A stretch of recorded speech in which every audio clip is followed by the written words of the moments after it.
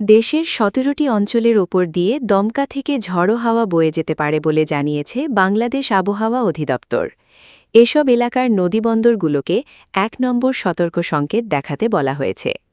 বুধবার ২৯ এপ্রিল ভোর ৫টা থেকে দুপুর ১টা পর্যন্ত দেশের অভ্যন্তরীণ নদীবন্দরগুলোর জন্য দেওয়া পূর্বাভাসে এ তথ্য জানানো হয়।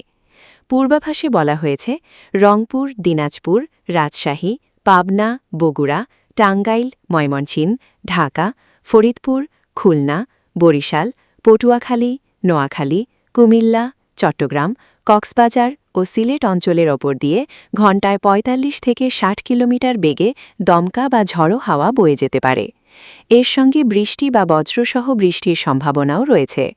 এদিকে মঙ্গলবার ২৮ এপ্রিল দেওয়া ৪৮ ঘণ্টার সতর্কবার্তায় বলা হয়েছে, আজ বেলা ১১টা থেকে পরবর্তী ৪৮ ঘণ্টার মধ্যে রংপুর, রাজশাহী, ময়মনসিংহ, ঢাকা, খুলনা, বরিশাল, চট্টগ্রাম ও সিলেট বিভাগে ঘণ্টায় ৬০ থেকে ৮০ কিলোমিটার বেগে কালবৈশাখী ঝড় বয়ে যেতে পারে।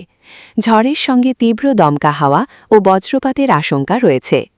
অন্যদিকে ৯৬ ঘণ্টার ভারী বৃষ্টিপাতের পূর্বাভাসে বলা হয়েছে, দেশের বিভিন্ন অঞ্চলে ২৪ ঘণ্টায় ৪৪ থেকে ৮৮ মিলিমিটার পর্যন্ত ভারী বৃষ্টি এবং কোথাও কোথাও ৮৮ মিলিমিটারের বেশি অতিভারী বর্ষণ হতে পারে। এতে নিম্নাঞ্চলে অস্থায়ী জলাবদ্ধতা সৃষ্টি হতে পারে।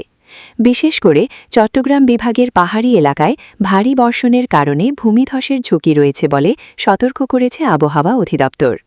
সংশ্লিষ্ট এলাকাগুলোতে প্রয়োজনীয় সতর্কতা অবলম্বনের পরামর্শ দেওয়া হয়েছে। আবহাওয়াবিদরা জানিয়েছেন, দেশের অভ্যন্তরে বজ্রমেঘ সৃষ্টির প্রবণতা অব্যাহত থাকায় এ পরিস্থিতি আরও কিছু সময় স্থায়ী হতে পারে।